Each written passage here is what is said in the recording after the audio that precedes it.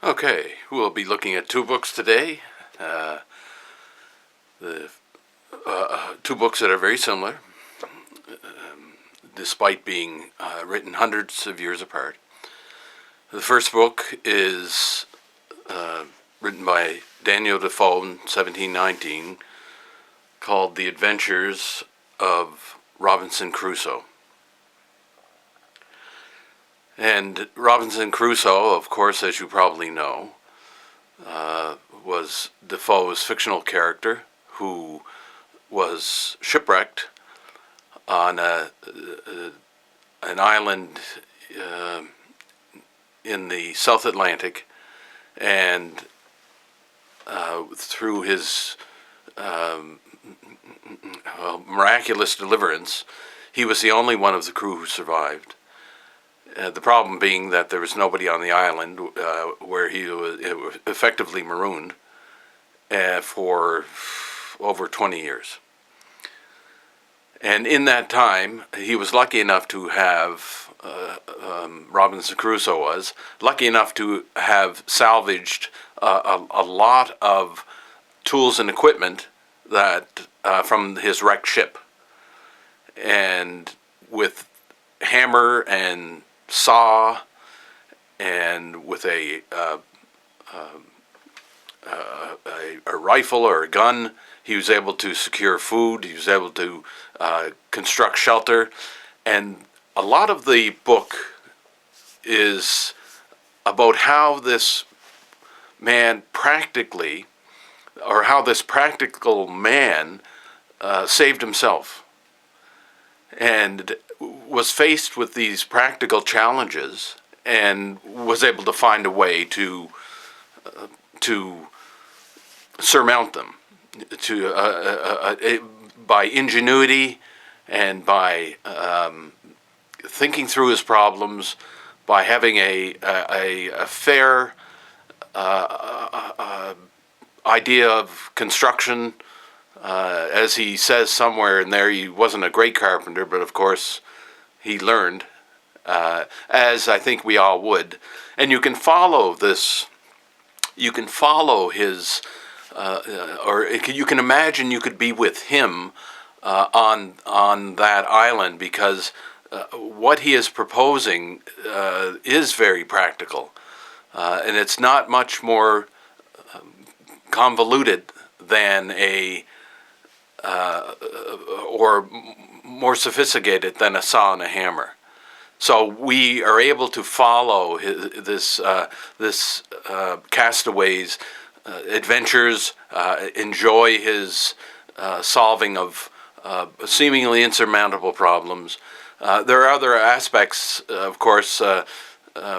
He is joined well into his 20th year by Friday, another man on the island whom he saved from death, and a Spaniard joins him at the end too. But that's not the thrust of the novel. The thrust of the novel is a man's lonely marooning on a desert island, and how he came to surmount that and live to tell the tale. And it's actually, as one of the first adventure stories, it's still, as I say, it still holds its own, and still enjoyable as an adventure story for that reason. For that reason alone, this is worth reading. It has all the thrills and chills that you would expect, delivered in a little bit of a unconventional way. That is, sentence structure is a little bit antique, but even for that, it's interesting.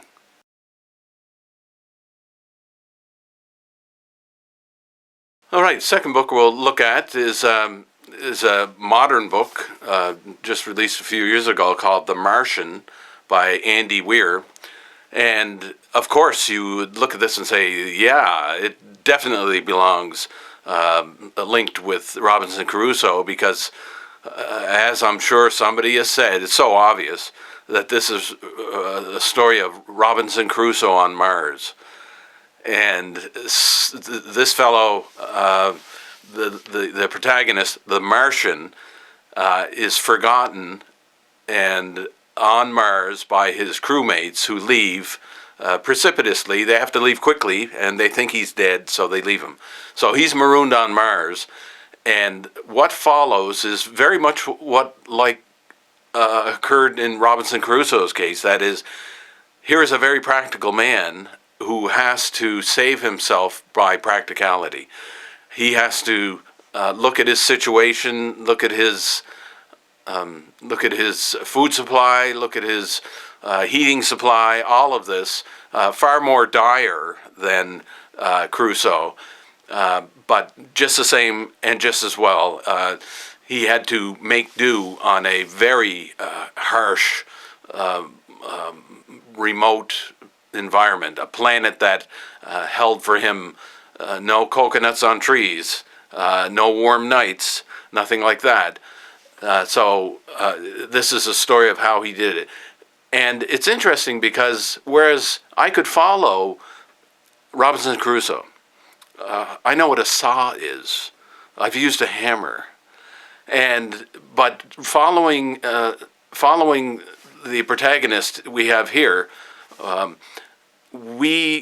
unless you're, as the writer Andy Weir admits himself, a science nerd, unless you're a science nerd yourself, there's little chance that you can follow all of what he has to do in order to survive, unless you can know science, you can know chemistry, you can know what he is actually doing. Also, the book is replete with lessons that I wish I'd studied in my math class in elementary a little bit more closely, such as if Johnny has 3 lumps of coal and he has to travel 24 miles and each lump of coal will take him 5 miles, how many lumps of coal does Johnny have? Well, that's repeated over and over and over again in this book, The Martian, and because it's all has to do with that, right down to the last milligram. He has to figure this out because it's a story about inventory and what he has to do in order to preserve it. And you do not have to understand the science in order to understand the drama and to understand the risk and the jeopardy. Anyway, 2 interesting books, hundreds of years apart, that more or less discuss the same dangers to marooned adventurers. Enjoyable both.